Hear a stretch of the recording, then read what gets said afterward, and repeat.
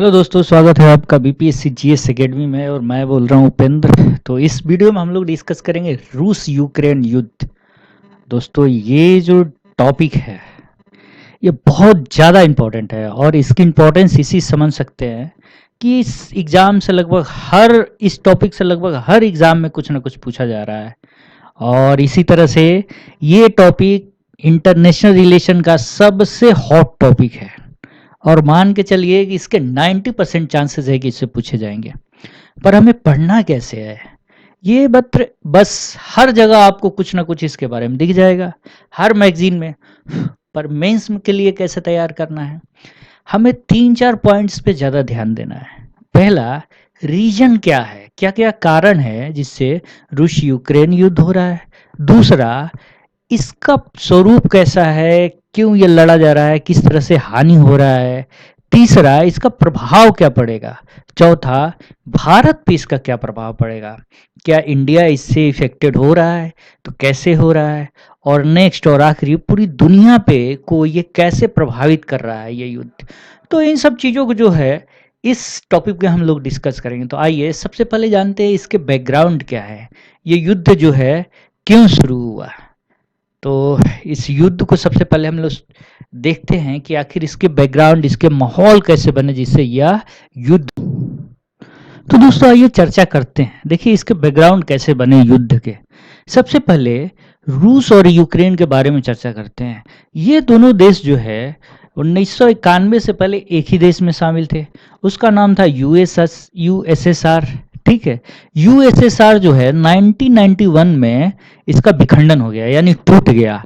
जो टूटने के बाद जो है 15-16 अलग अलग देश बने। एक तो रशिया, और रशिया के साथ साथ 15 और अलग देश बने। इन्हीं में से एक जो है यूक्रेन है। और यूक्रेन जो है इसके संबंध जो है वो रशिया से काफी पुराना है, दोनों के कल्चरल संबंध है। ठीक। दूसरा जो है वो है यूक्रेन की स्वायत्तता और अस्तित्व की रक्षा। यूक्रेन ये चाहता है कि हमारे स्वायत्तता बनी रहे। स्वायत्तता मतलब वो चाहता है कि रसिया का प्रभाव हम पे कम हो, हम जो चाहे फैसला ले ले। और जेलेंस्की देखिए एक राइट विंगर है, जैसे हमारे यहाँ राइट विंगर है। तो ये दक्षिणपंथी विचारधारा का ये लीडर हैं और इनका मानना है कि यूक्रेन जो है वो ज़्यादा स्वायत्त जो है वो अपना अस्तित्व रखता है। रसिया का प्रभाव उतना नहीं होना चाहिए कि यूक्रेन कोई फैसला ले सके। अब देखिए यूक्रेन चाहता है फैसला ले स्वतंत्र रूप से, रसिया क्या चाहता है कि यूक्रेन कहीं पश्चिमी खेमे में ना चला जाए। इस बात को लेके टेंशन शुरू हुआ और इसका बैकग्राउंड भी यही है। ठीक है, अब रूस चाहता है कि यूक्रेन जो है वो नाटो में ना शामिल हो। तो देखिए नाटो के बारे में आप सब लोग जानते हैं, आप सब जानते हैं कि नाटो क्या है, नॉर्थ अटलांटिक ट्रीटी ऑर्गेनाइजेशन है। और इसका ये संगठन बनाया ही गया था किससे, रूस के खतरों से निपटने के लिए ही ये संगठन बनाया गया था। ठीक है, और रशिया और नाटो का आज भी टेंशन बना हुआ है। ठीक, तो नाटो का प्रभाव जो है वो चाहता है रसिया कि वो यूक्रेन में और पूर्वी यूरोप में ना बढ़े, जिससे रसिया क्या मानता है, खतरा मानता है इसको। ठीक, वर्तमान स्थिति क्या है और वर्तमान स्थिति के अनुसार दोनों देश का तर्क क्या है। तो देखिए यूक्रेन का मत है कि यूरोपीय एसोसिएशन एग्रीमेंट के साथ हम जुड़े। मतलब यूक्रेन ये चाहता है कि यूरोपियन यूनियन का हम पार्ट बने, और रूस इस बात को पसंद नहीं कर रहा है। ठीक, बहुत सारे समझौते हैं, वो चाहता है कि यूरोपियन यूनियन से हम करें। यूक्रेन की ये पक्ष है। ठीक है, अच्छा इतना यूक्रेन क्यों दिखा रहा है, यूरोप के प्रति रुझान इतना क्यों दिखा रहा है, इसके पीछे भी कारण क्या है। देखिए 2014 में रशिया ने क्रीमिया पर हमला करके, क्रीमिया आप देखेंगे, क्रीमिया पर हमला करके उसने क्या किया, अपने क्षेत्र में अपने अधिकार में ले लिया। उसका क्या किया, अधिग्रहण कर लिया। इसको लेके यूक्रेन जो है खतरा महसूस करने लगा। अब यूक्रेन ये चाहता है कि हम नाटो में शामिल हो जाएं, और नाटो में शामिल हो जाएगा तो जो भी देश हैं 28-29 मेंबर कंट्री है, तो नाटो के एग्रीमेंट के अनुसार अगर कोई भी देश इन देशों के किसी भी पार्ट पे हमला करता है तो ये पूरे देश मिलके क्या करेंगे, उस देश पे हमला कर देंगे। तो इस डर से, रसिया के डर से यूक्रेन चाहता है कि हम नाटो में शामिल हों। तो 2014 में क्या हुआ, क्रीमिया के अधिग्रहण शुरू कर दिया। क्रीमिया का जो है, क्रीमिया को रसिया ने हथिया लिया, जिससे क्या हो गया, ये टेंशन और बढ़ता रहा। ठीक, अब देखिए रूस का तर्क क्या है। रूस का तर्क समझिए। रूस जो चाहता है कि यूक्रेन नाटो देश में शामिल ना हो, तो जब जब रूस को लगता है कि यूक्रेन नाटो देश में शामिल हो रहा है, तब तब क्या होते हैं, टेंशन बढ़ जाते हैं। ठीक, अब देखिए रूस और नाटो देशों के बीच में एक एग्रीमेंट है। ठीक है, उसको ये देखिए 1997 में वो एग्रीमेंट हुआ था, इसे फाउंडिंग एक्ट कहा जाता है। और इस एक्ट पे जो है नाटो के देश और रसिया ने हस्ताक्षर किया था। असल में ये समझौता था कि नाटो अपना विस्तार जो है वो पूरब की तरफ नहीं करेगा, पूर्वी यूरोप की तरफ, जिसमें यूक्रेन वगैरह, बुल्गारिया, ये सब देश आते हैं। ठीक, अब देखिए रूस का तर्क भी सही है। अब मान लीजिए भारत और पाकिस्तान है, इन दो देशों के मध्य अगर कोई आ जाता है, कोई अमेरिका आके हस्तक्षेप करने लगता है या पाकिस्तान को बढ़ावा देने लगता है, तो ऑब्वियसली पाकिस्तान के साथ है या फिर अमेरिका के साथ हमारे टेंशन बढ़ेंगे। वही स्थिति यहाँ है। और नाटो के शामिल होने से रसिया जो है प्रत्यक्ष रूप से अपने खतरा महसूस करता है, उसको लगता है कि हमें आगे चल के इससे खतरा हो सकता है। तीसरा जो है, अब देखिए यूक्रेन में ऐसे बहुत सारे लोग हैं जो रसियन एथनिसिटी नहीं है, रसियन भाषा है, उस संस्कृति के लोग मानने वाले रहते हैं, जो रशियन भाषा बोलते हैं और रसियन की तरह दिखते हैं। रसिया चाहता है कि इन लोगों को यूक्रेन परेशान ना करे, इनको सुरक्षित रखे। तो वो ओवरऑल रशिया का जो कंसर्न है, ये 3-4 कंसर्न है। ठीक, नेक्स्ट है यूक्रेन जो है। अब देखिए यूक्रेन ने बाद में क्या किया। देखिए यूक्रेन ने क्या किया, नाटो को समर्थन देना शुरू किया। ठीक, और रसिया के साथ जो है संबंध खराब होने लगे। ठीक है, तीसरा रूसी डायस्पोरा जो है वो परेशान उसको करने लगा। रूस की जो सुपर पावर की छवि है, रसिया क्या है, अमेरिका के बराबर अपने आप को क्या मानता है, एक सुपर पावर मानता है। तो इसके इस छवि को नुकसान पहुंचा। फिर क्या हो गया, युद्ध शुरू हो गया। ठीक, अब युद्ध शुरू हुआ तो क्या हुआ, युद्ध के प्रति प्रतिक्रिया भी आएगी। ठीक, अब इसमें प्रतिक्रिया आना लाजमी है। ठीक, इन दोनों देशों के बीच में युद्ध को समाप्त करने के बहुत सारे तर्क दिए गए। तर्क क्या थे, इन दोनों देशों के बीच में मिन्स्क समझौता हुआ था। मिन्स्क समझौता यहाँ आप देख सकते हैं, प्रथम मिन्स्क समझौता और द्वितीय मिन्स्क समझौता। ये हुआ था जब 2014 में रूस ने, रशिया ने क्रीमिया को हथिया लिया, तब क्या हुआ था, ये समझौता हुआ था। और फिर लगा कि नहीं चलो अब इस क्षेत्र में क्या होगा, शांति आ जाएगी। लेकिन पुतिन जो है वो एक अलग तरह का लीडर है।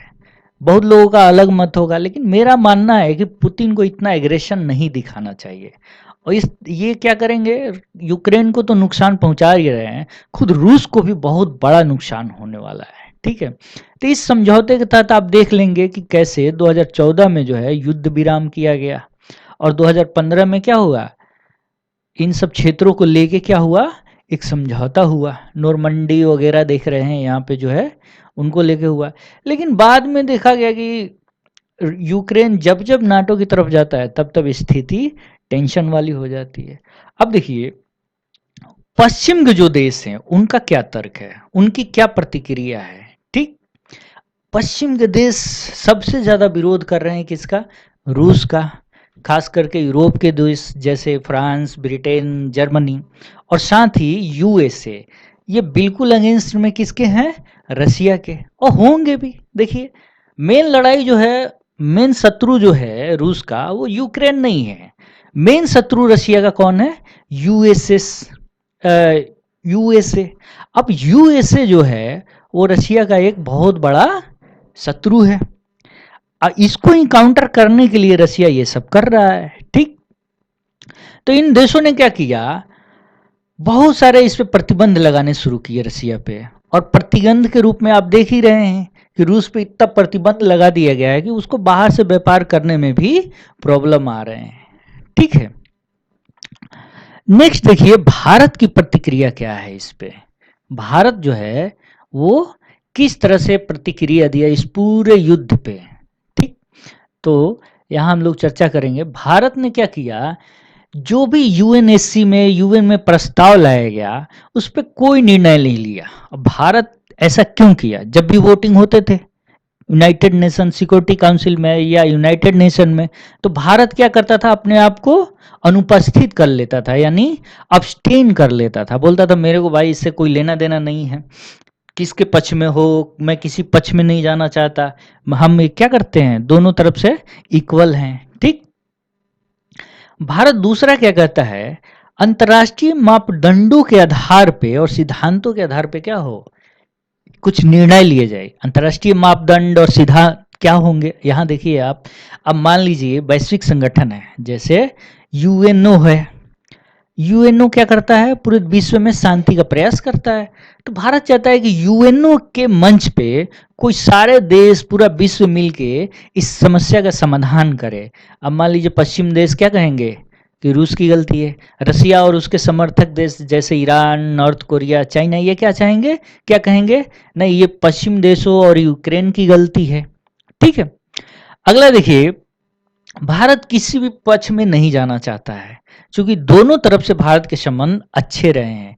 रशिया देखिए, रशिया क्या है, भारत का क्या रहा है, हमेशा से दोस्त रहा है, और वेस्ट नया नया हमारा संबंध बना है, यूएसए से आज हमारा रिलेशनशिप अच्छा बन गया है। ठीक है, तो दोनों तरफ से किसी भी पक्ष में भारत नहीं जाना चाहता है। ठीक है, और लेकिन यूक्रेन और दूसरे जो प्रभावित क्षेत्र हैं उसको भारत जो है मदद भी कर रहा है। यहाँ आप देख सकते हैं कि 90 टन के आवश्यक सामग्री जो है वो भारत ने यूक्रेन को भेजा है मानवीय सहायता के तौर पे। तो भारत की ये पोजीशन है, और एग्जाम में आएगा तो आपको ऐसे ही लिखना है पॉइंट वाइज करके। ठीक, नेक्स्ट देखिए, भारत के उत्तरदायी सिद्धांत क्या है, प्रतिक्रिया के उत्तरदायी सिद्धांत क्या है, मतलब भारत चाहता क्या है कि क्या हो। भारत चाहता है सबसे पहले युद्ध को रोका जाए। ठीक है, दोनों पर अगला जो है संवाद और कूटनीति से इसका हल निकाला जाए।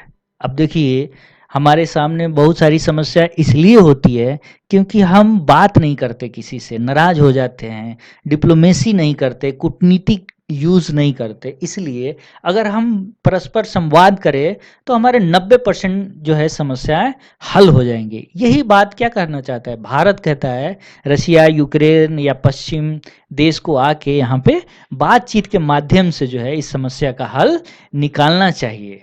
अगला जो है संयुक्त राष्ट्र चार्टर, अब इस कानून के तहत चाहता है भारत कि इस समस्या का हल हो, युद्ध को रोका जाए।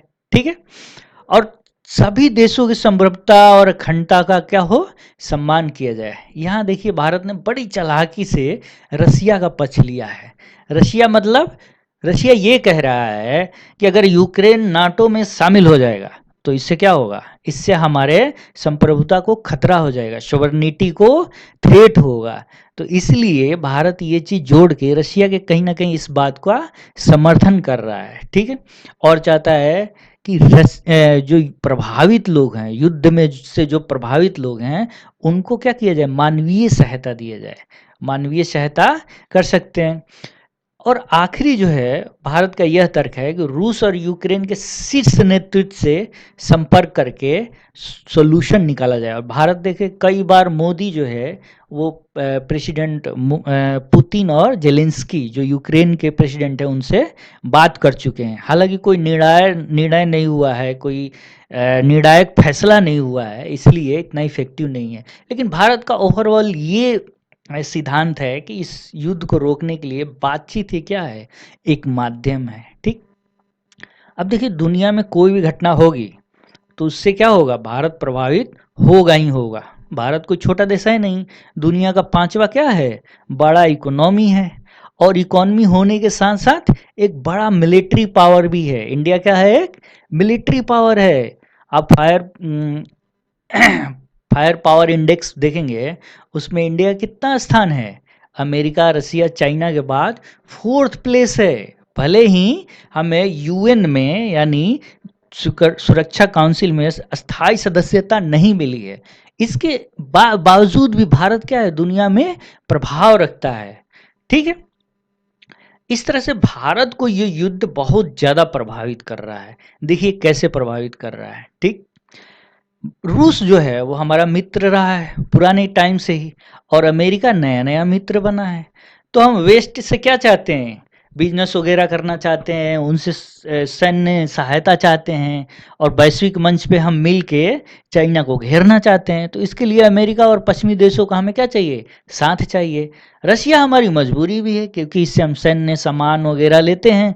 तो ये अगर इससे नाराज़गी करेंगे तो हम बहुत सारे जो हमारे सुरक्षा उपकरण है उसको हम लोग भविष्य में ऑपरेट नहीं कर पाएंगे। इसके अलावा और भी कारण है। ठीक, अगला देखिए, भारत ने जो है इसमें तटस्थता बनाए रखी है। ठीक है, लेकिन ये बहुत दिन तक ऐसे तटस्थ नहीं रख सकता। तटस्थता बनाए रखना मुश्किल है। ये दोनों पक्ष कहते हैं कि हम हमारा समर्थन करो, हमारा समर्थन करो। हो सकता है कि भविष्य में कोई किसी पक्ष को लगे कि नहीं भाई, भारत हमारा समर्थन नहीं कर रहा है, तो दोनों तरफ से हमारे क्या होंगे, संबंध खराब हो सकते हैं। ठीक, अगला जो है, भारत सरकार के समक्ष एक और प्रॉब्लम है। भारत क्या है, अभी सुरक्षा परिषद में अनपरमानेंट मेंबर है, यानी अस्थाई मेंबर है। अब अस्थाई मेंबर होने के कारण देखिए, अब अस्थाई मेंबर होने के कारण क्या हो सकता है, भारत जो है उस पर एक जिम्मेदारी बन जाती है। तो पश्चिमी देश अमेरिका चाहते हैं कि रूस का क्या करे, रूस के खिलाफ भारत वोट करे। रूस चाहता है कि हमारे पक्ष में वोट करे। तो ये भी एक हमारे सामने चैलेंजेस है। अगला और सबसे बड़ा चैलेंज मुझे ये लगता है, रूस का चीन के करीब आना। देखिए, पश्चिमी देश अमेरिका सब किसके पीछे हैं? यूक्रेन के पीछे। उसको सैन्य सहायता दे रहे हैं, आर्थिक मदद दे रहे हैं, और यूक्रेन को तैयार कर रहे हैं। दोस्तों, यहीं पे मामला आके फंस जाता है। क्या फंस जाता है? चीन हमारा ये क्या है, ओपोनेंट है, हमारा संघर्ष चल रहा है एक तरह से उसका, और रूस को बस एक बड़ा मित्र मिल रहा है, चीन जो है वो रूस को पूरा समर्थन कर रहा है। इस तरह से हाल ही में व्लादिमीर पुतिन जो रूस के राष्ट्रपति, उन्होंने बयान दिया और कहा, उनसे सवाल पूछा गया कि अगर दुनिया में किसी एक देश पे आप ट्रस्ट कर सकते हैं तो वो कौन सा देश होगा? तो उन्होंने क्या किया, चाइना का नाम लिया। देखिए, ये सोचने वाली बात है, ये सोचने वाली बात है। चाइना क्या है, रूस के और ज़्यादा करीब जा रहा है। इससे क्या होगा, चाइना से अगर रशिया का गठजोड़ हो जाएगा, अलायंस हो जाएगा, तो भारत को आगे चल के क्या होगा, बहुत सारी समस्याएं हो जाएंगी। ठीक, अब देखिए, अगला जो हमारे सामने जो चिंता की बात है वो रूस में भारत का निवेश। रसिया में पांचवा छठवां जो है सबसे बड़ा इन्वेस्टर है भारत। रशिया में बहुत सारे इन्वेस्ट किए, तेल, गैस और दूसरे प्रोजेक्ट में जो है भारत ने बहुत सारे पैसे लगा रखे हैं। तो ऐसे में रशिया अगर इकोनॉमिक थ्रेट होता है तो भारत के इन्वेस्टमेंट क्या हो सकते हैं, डूब सकते हैं। ठीक है, अगला है रूस के साथ व्यापार, हथियारों का व्यापार। भारत जो है, भारत के आज भी जो डिफेंस इक्विपमेंट है, जो हमारे हथियार हैं, वो 60% किससे संबंधित है, रूस से संबंधित है। और रूस जो है खुद युद्ध में इन्वॉल्व हो जाता है, तो उससे हम क्या करेंगे, उससे मिले हुए टैंक का गोला बारूद चाहिए, सुखोई विमान का मरम्मत हम नहीं करा पाएंगे, जो मिसाइल है उसके वो नहीं ले पाएंगे। तो हमारे जो रक्षा हथियार इक्विपमेंट है, जो हथियार है, वो क्या हो जाएंगे, वो बेकार पड़ जाएंगे। तो ये भी एक चिंता का बात है। ठीक, अब देखिए, रूस भारत तो प्रभावित हो ही रहा है, पूरी दुनिया इससे प्रभावित हो रही है। अब यूरोप को क्या प्रॉब्लम है, यूरोप भी प्रभावित हो रहा है। देखिए, यूरोप जो है वो रूस के तेल और गैस पे निर्भर है। अब चूंकि रूस नज़दीक पड़ता है यूरोप पे, खास करके जर्मनी, इटली, फ्रांस, ये सब जो देश हैं वो रूस से तेल, गैस और दूसरे चीज़ लेते हैं।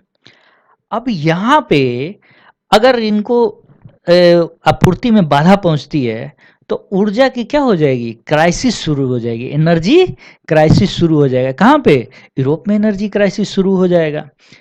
अगला जो है काकेशस क्षेत्र और मध्य एशिया। मध्य एशिया जानते ही हैं किसको बोला जाता है, जितने भी ये उज्बेकिस्तान, किर्गिस्तान वगैरह ये सब देश है, ये मध्य एशिया में आते हैं। ठीक है, इनके साथ क्या होगा, रूस का व्यापार अच्छा खासा है और यहाँ से वो क्या करते हैं, बहुत सारी चीज़ इंपोर्ट एक्सपोर्ट करते हैं, तो यहाँ पे भी व्यापार रुक सा जाएगा। ठीक है, नेक्स्ट है मुद्रास्फीति, पश्चिमी गोलार्ध में मुद्रास्फीति। अब देखिए पश्चिमी गोलार्ध में क्या होगा, इसके कारण देखिए क्या हो रहा है अमेरिका वगैरह देश में। पहले तो कोरोना आया, कोरोना ने क्या किया, पूरी दुनिया को प्रभावित कर दिया, पूरी दुनिया की अर्थव्यवस्था को ब्लॉक कर दिया। उसके बाद ये रूस यूक्रेन युद्ध शुरू हो गया, एक तो घाव था ऊपर से खाज हो गया, इस तरह की स्थिति पैदा हो गई। तो दोस्तों पूरी दुनिया में क्या हो गई, महंगाई देखने को मिल रही है। क्रूड ऑयल में महंगाई, खाने की चीज़ों में महंगाई, बहुत सारी चीज़ें जो है इसको प्रभावित कर रही है। ठीक, अफ्रीका में देखिए, पूर्वी और उत्तरी अफ्रीका में, ठीक, यहाँ पे तो देखिए लोग खाने की चीज़ों से क्या रहे हैं, अफ्रीका में गरीबी आप जानते ही हैं, खाने की चीज़ों से जूझ रहे हैं। ऐसी बहुत सारी रिपोर्ट आ रही है कि अफ्रीका के लोग खाना महंगा होने के चलते एक टाइम का खाना खा रहे हैं या उनको खाना नहीं मिल रहा है। ठीक, नेक्स्ट है सहारा। सहारा रीजन के बारे में आप जानते ही हैं, सहारा रीजन में क्या है, गरीबी, भुखमरी, ये सब चीज़ें हैं, ना वहाँ कोई उत्पादन होता है।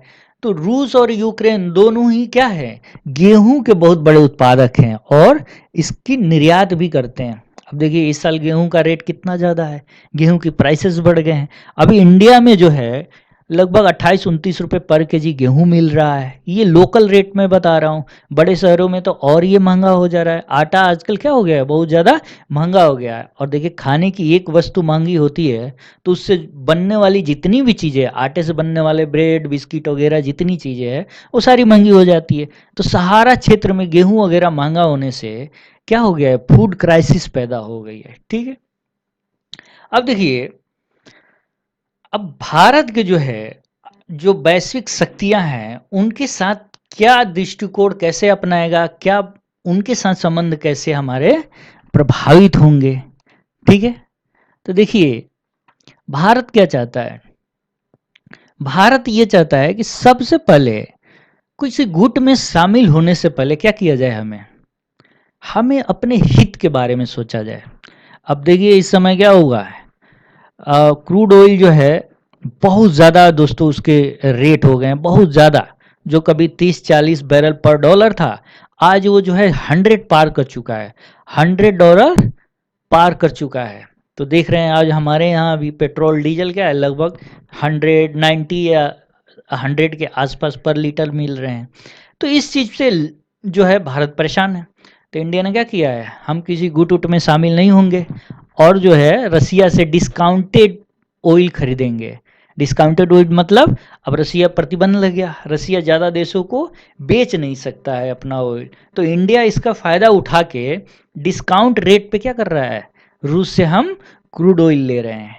ठीक है, दूसरा जो है इन देशों में, ठीक है, ऑपरेशन गंगा के तहत क्या किया गया है, यूक्रेन वगैरह से अपने जितने भी लोग हैं उनको निकाला गया है। इस चीज़ को याद रखिएगा, जो यूक्रेन से लोग निकाले गए उसको ऑपरेशन गंगा के तहत निकाला गया था। ठीक है, अब देखिए भू राजनीतिक व्यवहारिकता को निरंतरता और प्रमुख शक्तियों के साथ भारत के भू राजनीतिक समीकरणों पर निर्भर करेगा। हम क्या करेंगे, किसी पक्ष में शामिल नहीं होंगे, हम सबसे क्या होंगे, न्यूट्रल व्यवहार करेंगे। अब मतभेद भी उभरेंगे। भाई आप देखिए कुछ महीना पहले जो है जर्मनी के एक बड़े लीडर ने क्या बयान दिया कि भारत जो है वो सेंसेटिव नहीं है और यूक्रेन की मदद नहीं कर रहा है, यूक्रेन में लोग मर रहे हैं। अगला जो है यूरोपीय संघ और ब्रिटेन के साथ क्या होगा, हमारे संबंधों में खटास आ सकता है। ठीक है, अब देखिए यूक्रेन संकट पे अलग अलग दृष्टिकोण का कारण जो है, इसमें कई अलग अलग तरह के दृष्टिकोण समझ में आया। कुछ देश कुछ बयान दे रहे हैं, कुछ देश कुछ बयान दे रहे हैं, लेकिन ओवरऑल इंडिया क्या है, इन सब में क्या करना है, अपने आप को तटस्थ रखना चाहता है। ठीक है, नेक्स्ट है सामाजिक और आर्थिक प्रभाव क्या होंगे इस युद्ध के, और ये बहुत ज़्यादा इम्पोर्टेंट है। देखिए ये हमारे मेंस में लिखने के लिए बहुत ज़्यादा इम्पोर्टेंट है दोस्तों, एक एक लाइन इसका आप याद कर लीजिएगा और ये एग्ज़ाम में लिखिएगा। ठीक है, देखिए, विश्व में रूस यूक्रेन युद्ध के प्रभाव महसूस किए जा रहे हैं। पूरी दुनिया में इसके प्रभाव महसूस किए जा रहे हैं।